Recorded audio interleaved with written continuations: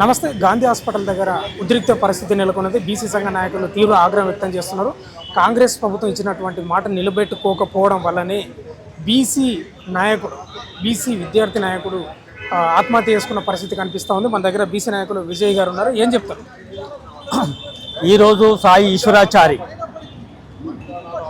గాంధీ హాస్పిటల్లో ఇవాళ చావు బతుకుల్లోనే ఉన్నాడు అనుకున్నాం, కానీ ఇవాళ మరణించినట్టుగా ఇప్పుడే అందిన వార్త. ఇవాళ కాంగ్రెస్ పార్టీ డిసెంబర్ 9 ప్రజాపాలనోత్సవాల పేరు మీద ఇవాళ సంబరాలు చేసుకుంటూ ఉంటే బీసీ బిడ్డలు ఇవాళ చావు బతుకుల్లో కొట్లాడుతూ ఉన్నారు. ఈ హత్యకు రేవంత్ రెడ్డి కారణం. 302 కేసు పెట్టాలి. ముందు మొదటి ముద్దాయి రేవంత్ రెడ్డి, తర్వాత 1-2 ముద్దాయిలు ఆ కాంగ్రెస్ పార్టీలో క్యాబినెట్లో ఉన్న మంత్రులు అని చెప్పదలుచుకో ఉన్నాం. మీరు ఇచ్చిన వాటకు నిలబడకుండా, మీరు ఇచ్చిన హామీ కట్టుబడకుండా, మీరు ఓట్లు వేసుకొని మోసం చేసి, దగా చేసి, కాలయాపన చేసి, కమిటీల పేరు మీద ద్రోహం చేసినందుకు ఇవాళ బీసీలు ఇవాళ తెలంగాణ రాష్ట్రంలో ఏ విధంగానైతే బలిదానాలు వస్తాయని చెప్పేసి ఆనాడు పెద్ద ఎత్తున 12 మంది బీసీలు బహుజనులే ఎక్కువ మరణాలతోటే ఆ రోజు తెలంగాణ సాధించుకుందామని ఎలా సిద్ధపడ్డారో ఇవాళ 42% రిజర్వేషన్ కూడా అదే సాధ్యం అవుతుందేమో. ఆయన బీసీగా ఇవాళ ఈశ్వరాచారి కూడా తన చివరిగా కూడా చనిపోయే ముందు కూడా హాస్పిటల్లో చేరిన రోజు కూడా జేబీసీ 42% రిజర్వేషన్ వస్తుందని ఆశతో ఉన్నానని చెప్పేసి ఆయనే తన చావు బతుకుల్లో కూడా చెప్పడం జరిగింది. ఇంత క్రూరంగా ఈ రాష్ట్ర ప్రభుత్వం వర్తిస్తూ ఉన్నది, ఇంత దుర్మార్గంగా కనీసం నిన్నటి నుంచి ఆయనకి ఎలాంటి వైద్యం అందలేదు, ఆయనకి ఎలాంటి పరామర్శ లేదు, ప్రభుత్వంతో ఎలాంటి ప్రకటన లేదు, మంత్రులు, ముఖ్యమంత్రులు, అధికారులు ఎవరు కూడా స్పందించలేదు, కనీసం చూడలేదు. ఒక అనాథ శవంలాగా, ఒక కుక్కలాగా, నక్కల్లాగా చూశారు. ఇది దుర్మార్గమైన చర్య. ఇవాళ ఆయనకు 3 ఆడపిల్లలు, భార్య, తన కుటుంబం ఉండగా కూడా ఇవాళ పోరాటం ద్వారా నాకు అనిపిస్తూ ఉన్నది. ఇవాళ స్థానిక ఎన్నికలు వచ్చిన తర్వాత నల్గొండలో కోమటిరెడ్డి బ్రదర్స్ ఈ రెడ్ల రాజ్యాన్ని ఆధిపత్యం కోసము ఎక్కడ జనరల్ స్థానాలు అయితే ఉన్నాయో అక్కడ బీసీలు పోటీ చేయకూడదని చెప్పేసి ఒక యాదవ్ని బిడ్డను కూడా కిడ్నాప్ చేసి మూత్రం దాగించి ఇవాళ ఆయనను చిత్రహింసలు పెట్టి నామినేషన్ వేయకుండా అడ్డుకోవడం జరిగింది. నిర్మల్లో కూడా ఒక బీసీ బిడ్డ ఇదే ప్రయత్నం చేసినప్పుడు ఆత్మహత్య చేసుకోవడం జరిగింది. ఇవాళ ఇక్కడ ఈశ్వరాచారి కూడా ఇవాళ చట్టసభలలో వస్తలేదు, నా మరణం ఆంకులతోనైనా, నా చావుతోనైనా ఇవాళ 40% రిజర్వేషన్లు ఈ రాష్ట్రంలో 2 కోట్ల ప్రజలకు, ఇవాళ మెజారిటీ ప్రజలకు స్థానిక సంస్థల్లో అధికారం వస్తుందేమో అని చెప్పేసి వీళ్ళు మాట ఇచ్చి తప్పారు కాబట్టి నా మానంతోటైనా వస్తుందని చెప్పేసి ఆయన దీనికి కారణంగా గుర్తుపెట్టుకొని ఈ పని చేసినట్టుగా ఉంది. ఇలాంటి బీసీ బిడ్డలు కూడా ఇలాంటి దుర్మార్గమైన చర్యను ఇవాళ మేము ప్రభుత్వం హత్యగా చూస్తూ ఉన్నాం. ఎవరు కూడా బలిదానం సిద్ధం కాకూడదు. పార్లమెంటు జరుగుతూ ఉన్నది, చట్టసభలు ఉన్నాయి, పోరాటాల ద్వారానే తెలంగాణ రాష్ట్రం సాధించుకున్నాం. ఏ ప్రాణాలకి అవసరం లేదు. ఇవాళ సిద్ధంగా ఇవాళ మనం అందరం కూడా పోరాటాల ద్వారా ఐక్యంగా ఈ రాష్ట్రంలో రిజర్వేషన్లే కాదు దేశవ్యాప్తానికి కూడా ఒక సవాల్ విసురుదాం. పార్లమెంట్ జరుగుతూ ఉంటే ఒక ఎంపీ మాట్లాడట్లేదు, ఒక ఎమ్మెల్యే మాట్లాడతలేరు. ఇవాళ చట్టసభల కోసం ప్రజాప్రతినిధులుగా ఉన్న వాళ్ళు ఎవరు కూడా ఇవాళ మాట్లాడలేరు. ఇవాళ సంబరాలు చేసుకుంటూ ఉన్నారు, ఇవాళ పాలనోత్సవాలు చేసుకుంటూ ఉన్నారు, ఇవాళ చట్టసభలో కులుకుతూ ఉన్నారు. అధికారులకి, అగ్రవర్గాలకి రెడ్ల రాజ్యం కోసం ఇవాళ తెలంగాణ మొత్తం మయం చేయడానికి సిద్ధంగా ఉన్నారు. కాబట్టి ఇది సాయి ఈశ్వర ప్రసాద్ ఆయన సంబంధించిన అంశం కాదు, ఇది యావత్తు ఇవాళ బీసీ బిడ్డల అంశం. ఇది 2 కోట్ల మంది సమాజం ఉంది బీసీ బిడ్డలది. దీన్ని మేము తీవ్రంగా ఖండిస్తూ ఉన్నాం. ఈ రాష్ట్రం అగ్రహానికి సిద్ధంగా ఉన్నది. ఎక్కడికక్కడ బీసీ సమాజం చాలా సీరియస్గా కోపంగా ఉంది. మేము దీన్ని తీవ్రంగా ఖండిస్తూ ఉన్నాం. ఇవాళ ఆయన శవాన్ని కూడా వెనుక నుంచి దొడ్డిదారిన కూడా ఇవాళ మాయం చేయడం కోసము, దాన్ని కల్పితం చేయడం కోసము రకరకాల పన్నాగాలు చేస్తూ ఉన్నారు. ఆ కుటుంబాన్ని పరామర్శించకుండా మేమంటా ఉన్నాం, నల్లమల్ల పొడిబిడ్డ ఏదైతే చెప్పుకోబడుతున్నావో నిన్ను, నీ వర్గాన్ని, సామాజిక వర్గాన్ని నల్లమల్ల అడుగులు తరలిస్తాం. ఈ బీసీలు 2 కోట్ల మంది ఉన్నారు. పిరికెల మంది, 5 మంది లేని రెడ్లు ఇవాళ రాష్ట్రంలో అధికారాన్ని కూర్చోబెట్టుకొని 17% రిజర్వేషన్ పరిమితం చేశారు. కొన్ని మండలాల్లో 30% పరిమితం చేశారు. కొన్ని గ్రామాల్లో 3% పరిమితం చేశారు. ఎక్కడ కూడా ఇవాళ గ్రామ స్థాయిలో అధికారం ఉండకూడదని చెప్పేసి పటవాళ్ళకు అధికారం, రెడ్లకు అధికారం కావాలి, వాళ్ళ ఆధిపత్యం ఎక్కడ పోతుందో అన్న ఉద్దేశంతో ఈ రెడ్ల రాజ్యాంగం కొనసాగడానికి సిద్ధంగా ఉన్నారు. కాబట్టి ఈ సమాజం, బీసీ సమాజం దీన్ని సహించదు, తీవ్రంగా ఎదుర్కొంటాం. చట్టసభల్లో రిజర్వేషన్ సాధించే వరకు తక్షణం బీసీ ప్రజాప్రతినిధులు క్యాబినెట్కి రాజీనామా చేసి బయటికి రావాలి. అది రాకపోతే ఇవాళ మీ ఇండ్ల ముందు ముట్టడి కొనసాగుతుందని చెప్పి కూడా హెచ్చరిస్తా ఉన్నాం. సాయి ఈశ్వరాచారిది ప్రభుత్వ హత్యగా మేము బీసీ పొలిటికల్ ఫ్రంట్గా ఈరోజు తెలియజేస్తున్నాము. 42% రిజర్వేషన్లు అమలు కాలేదని చెప్పి సాయి ఈశ్వరాచారి మనస్తాపానికి గురై గత కొన్ని వారాలుగా, రోజులుగా వారి కుటుంబ సభ్యులతోటి, సామాజిక బీసీ ఉద్యమకాలతోటి తన యొక్క అభిప్రాయాలను వెలిపుచ్చడం జరిగింది. నిన్న ఉప్పల్లో పెట్రోల్ పోసుకొని 90% కాలిన గాయాలతోటి మరి గాంధీ ఆసుపత్రిలో ఈరోజు అతను చనిపోవడం జరిగింది. అతని కుటుంబానికి తన భార్య, 3 పిల్లలు, అమ్మ, కుటుంబ సభ్యులు ఉన్నారు. వారు పేదరికం విశ్వకర్మ కుటుంబంలో పుట్టారు. అతను శ్రీకాంతాచారి తెలంగాణ ఉద్యమం కోసం ఏ విధంగా చనిపోయారో మరి ఈరోజు మన సాయి ఈశ్వరాచారి కూడా అదే విధంగా తన బలిదానాన్ని ఈరోజు తెలంగాణ బీసీ సమాజం కోసం అర్పించాడు. ఈరోజు మేము రాష్ట్ర కేంద్ర ప్రభుత్వాలకు తెలియజేస్తున్నాం, ఇప్పటికైనా ప్రభుత్వాలు స్పందించాలి. ఇప్పటికే మీరు సర్పంచ్ ఎన్నికలకు షెడ్యూల్ ప్రకటించారు. మరి రానున్న ఎంపీటీసీ, జెడ్పీటీసీ ఎన్నికల వరకైనా మరి ఇప్పుడు జరుగుతున్న పార్లమెంట్ సమావేశాల్లో మరి సాయి ఈశ్వరాచారి ఒక మరణాన్ని దృష్టిలో పెట్టుకొనైనా తెలంగాణ బీసీ సమాజం ఆకాంక్షను గౌరవిస్తూ మరి 42% రిజర్వేషన్ల కోసం పార్లమెంటు 9th షెడ్యూల్లో బిల్లు పెట్టాలని మరి సాయి ఈశ్వరాచారి అతి పేదరికంలో వారి కుటుంబం ఉంది. వారికి రాష్ట్ర ప్రభుత్వం 50 లక్షల ఎక్స్గ్రేషియా ఇవ్వాలని చెప్పి ఈ సందర్భంగా తెలియజేస్తున్నాం. వారి కుటుంబంలో ఒకరికి ప్రభుత్వ ఉద్యోగం ఇవ్వాలని చెప్పి కూడా ఈ సందర్భంగా తెలియజేస్తున్నాం. ఇదే సందర్భంగా తెలంగాణ బీసీ సమాజానికి మరి బలిదానాలతోటి ఏ సాధ్యం కాదు. తెలంగాణలో సర్దార్ సర్వాయి పాపన్న నుండి మొదలుకుంటే సాయుధ పోరాటంలో ఎంతోమంది మరి పోరాడి బలిదానాలకు అంటే వీరోచితంగా పోరాడిన సందర్భాలు ఉన్నాయి. మరి మరణాలు, బలిదానాలు మరి ఉద్యమాలకు సమాధానం కాదు. మీరు వీరోచితంగా పోరాడండి, ఈ సమాజం మీకు అండగా ఉంటుంది. తెలంగాణ బీసీ సమాజం అంతా మీ వెనకాల ఉంటుంది. కాబట్టి మీరు ఎక్కడ కూడా బీసీ యువత మరి ఎక్కడ కూడా ఆక్రోశానికి, ఆందోళనకు గురి కావద్దని ఈ సందర్భంగా మేము బీసీ సమాజానికి పిలుపునిస్తూ మరి వారి కుటుంబానికి ఈరోజు బీసీ పొలిటికల్ ఫ్రంట్గా సాయి ఈశ్వరాచారి కుటుంబానికి మేము అండగా ఉంటాము. వారికి అన్ని రకాలుగా ఆదుకుంటామని తెలియజేస్తున్నాం. ప్రభుత్వ పెద్దలు కూడా ఇప్పటి వరకు బీసీ సంక్షేమ శాఖ నుండి కూడా ఎవరు రాలేదు. ఇప్పటికైనా వచ్చి వాళ్ళ కుటుంబాన్ని పరామర్శించి ముందుకు రావాలని సందర్భంగా తెలియజేస్తున్నాం. ఈ ఇష్యూ గురించి ఈశ్వరి చారి ఆత్మహత్యకు సంబంధించి నిరసన తెలుపుదాం అనుకున్నాడో ఏమనుకున్నాడో అన్ఎక్స్పెక్టెడ్గా చనిపోయిన పరిస్థితి కనిపిస్తూ ఉంది. ప్రభుత్వం కూడా ఏం స్పందించలేదు. బీసీ నాయకులుగా ఏం చెప్తారు? ఈశ్వరాచారి ఆత్మహత్య చేసుకుంటానని అందరూ అంటుంది. ఆత్మహత్య కాదు, కాంగ్రెస్ పార్టీ రేవంత్ రెడ్డి చేసినటువంటి ఇది రాజకీయ హత్యగా మేము భావిస్తూ ఉన్నాం. అదేవిధంగా ఇప్పటికీ 19-20 గంటలు అవుతున్నా కూడా కనీసం ఆధిపత్య వర్గ మీడియా ఆంధ్రజ్యోతి కానీ, TV9 కానీ, ఈటీవీ కానీ ఏ ఎలక్ట్రానిక్ మీడియాలో చూపించలేదు. అదేవిధంగా ఏ పేపర్లో కూడా ఒక్కడు రాయలేదు.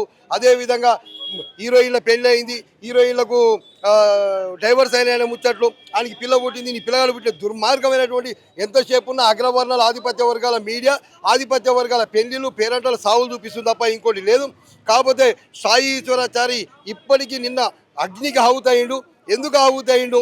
47% రిజర్వేషన్స్ ఇస్తా అని చెప్పి 17% రిజర్వేషన్ కుదించడం, గతంలో 23% రిజర్వేషన్స్ వచ్చింది, ఇప్పుడు 17%కి ఎందుకు తగ్గిపోయింది అనేటువంటి మనస్తాపము. అందులో భాగంగా నల్లగొండ జిల్లాలో కోమరెడ్డి వెంకరెడ్డి మనుషులు యాదవ్ అనేటటువంటి అతను తీసుకుపోయి ఉచ్చబోసి కారులో కత్తులు పెట్టి తిప్పి హెచ్చరిస్తే కూడా ఇంతవరకు వాడిని అరెస్ట్ చేసినటువంటి గాడిద కొడుకు ఎవడు లేడు ఈ రాష్ట్రంలో.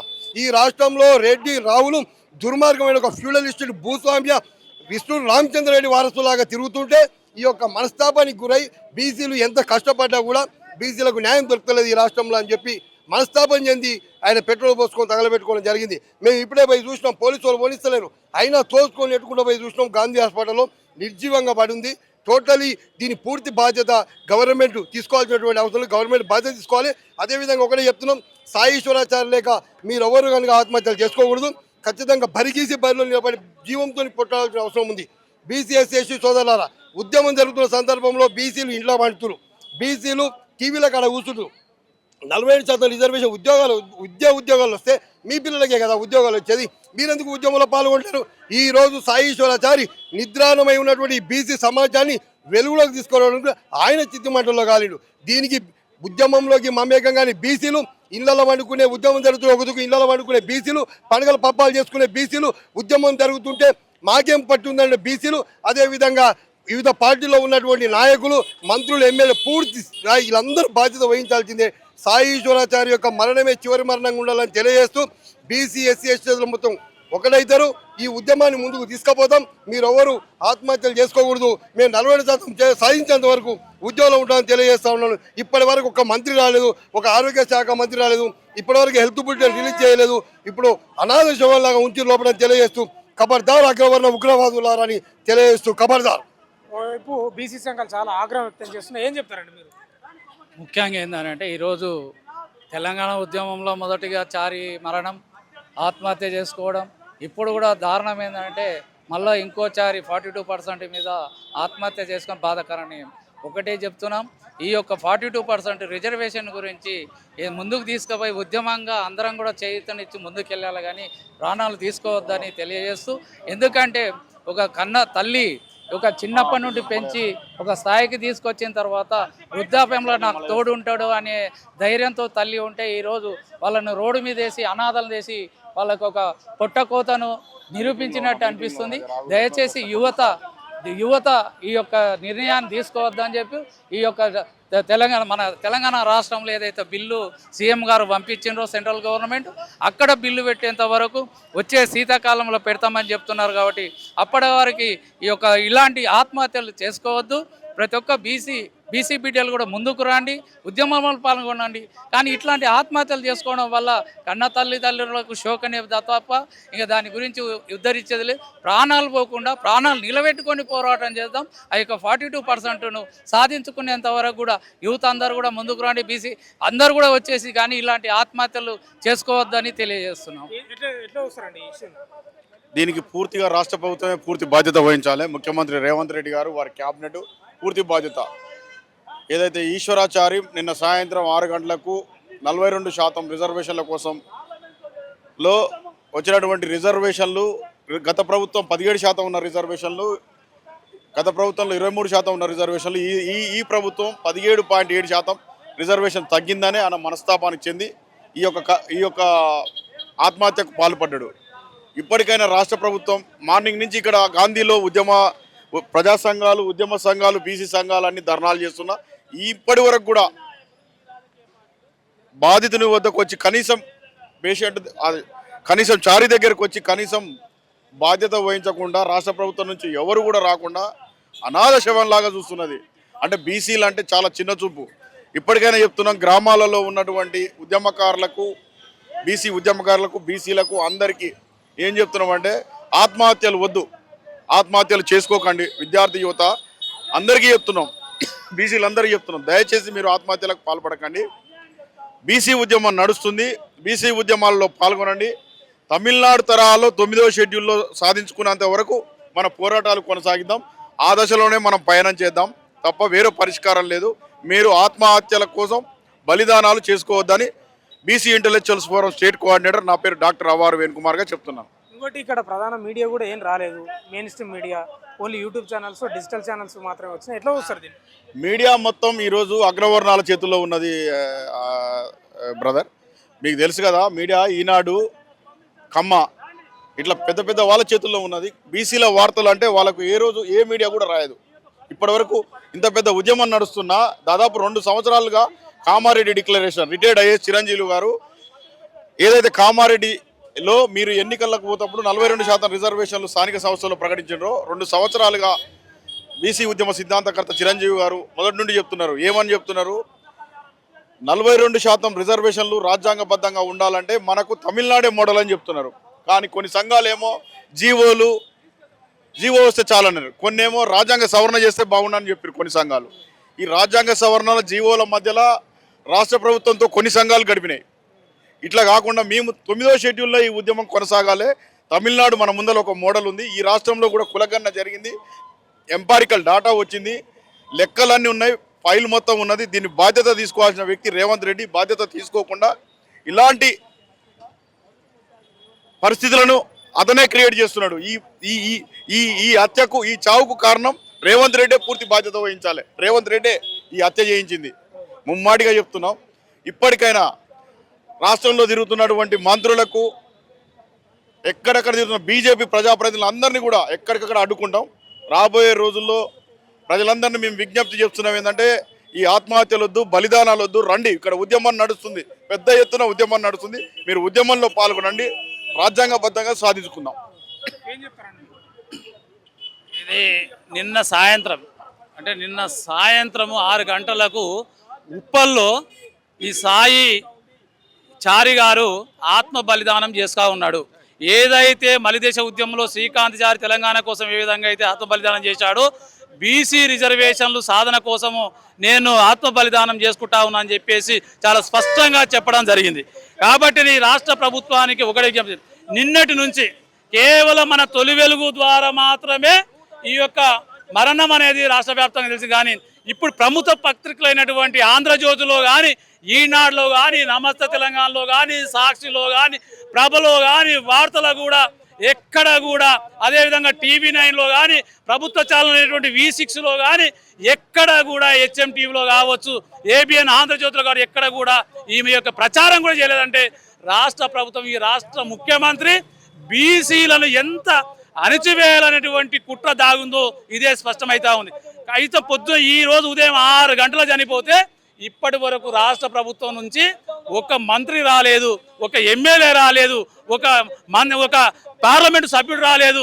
ముఖ్యమంత్రి గారు ఈరోజు విజయోత్సవ సభలతోటి వందలాది కిలోమీటర్లు పోతా ఉన్నాడు హెలికాప్టర్లు పట్టుకొని. అయ్యా, నీ ప్రగతి భవన్కు ఊతవేటు దూరం ఉంది గాంధీ హాస్పిటల్, కనీసం మానవతా దృక్పథం అన్నా నీకు లేదా? మొన్న హుస్నాబాద్లో పెద్దగా చెప్పినావు, సర్దార్ సర్వాయి పాపన్న యొక్క వారసత్వంతో నేను ఈ యొక్క ప్రజల్లోకి వెళ్తా ఉన్నా, ప్రజల బహుజన రాజ్యం కోసం నేను పోరాటం చేస్తా ఉన్నా, నేను 24 గంటలు పనిచేస్తా ఉన్నా.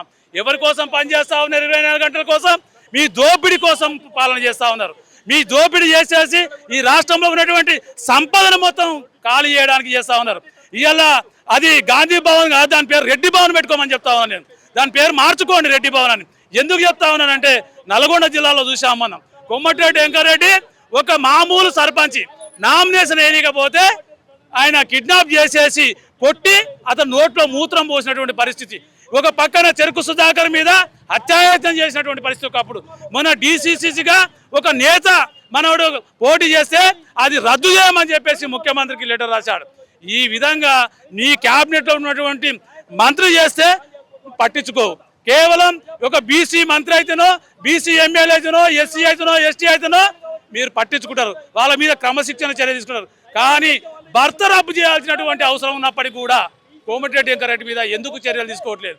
ఇవాళ ఒక నల్గొండ జిల్లాలోనే కాదు, రాష్ట్ర వ్యాప్తంగా ఈరోజు ఈ యొక్క సర్పంచులలో జనరల్ స్థానంలో పోటీ చేసినటువంటి బీసీలను ఓడగొట్టలేక, వాళ్ళ మీద గెలుపొందలేక అంగడి సరుకుగా మార్చి ఈరోజు 50 లక్షల నుంచి ₹1 కోటి పెట్టేసి ఇలా పశువులను కొన్నట్టుగా ఈరోజు ఎన్నికలు జరుగుతూ ఉంటే రాష్ట్ర ఎన్నికల కమిషన్ కానీ, రాష్ట్ర ప్రభుత్వం కానీ నిద్రమత్తులో ఉంది.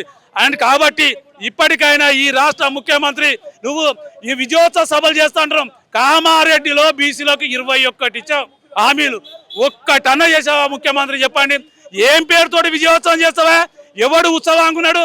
విద్యార్థులు ఉత్సవంగా లేరు, ఉద్యోగస్తులు లేరు, రైతులు లేరు, కార్మికులు లేరు, ఎవడు ఈ రాష్ట్రంలో హ్యాపీగా లేడు. మరి విజయోత్సవ సభ చేస్తున్నా అంటాం, ఎవరి కోసం? అంటే బీసీలను బొందబెట్టడానికి విజయోత్సవ సభలా ఇవి? బీసీలను చంపడానికి విజయోత్సవ సభలా ఇవి? కాబట్టి ఇది ప్రత్యేకంగా రాష్ట్రంలో ఉన్నటువంటి బీసీలు కూడా గమనించాలి. అధికార పార్టీలో ఉన్నటువంటి మంత్రులు బీసీలు, మీరు వెంటనే మీ పదవులకు త్యాగం చేసి రాజీనామా చేయండి. రాజీనామా చేసి ఈ యొక్క బీసీ ఉద్యమంలో పాటు చేయండి. మీకు బీసీలు ముఖ్యమా, మీ పదవులు ముఖ్యమా తేల్చుకోవాల్సిన అవసరం ఆసన్నమైంది. ఇంత జరుగుతున్నా మీరు గులాంగిరి చేసేసి అడుగులకు మడుగులొస్తున్నటువంటి బీసీ నాయకులారా, ఒక్కసారి సోయి తెచ్చుకోండి. ఈరోజు విద్యాపరంగా, ఉద్యోగపరంగా, రాజకీయ పరంగా బీసీలను మోసం చేస్తున్నటువంటి రాజకీయ పార్టీలకు బుద్ధి చెప్పకపోతే మీరు చరిత్రలో హీరోగా మిగిలిపోతారని చెప్పేసి ఈ సందర్భంగా హెచ్చరిస్తాం.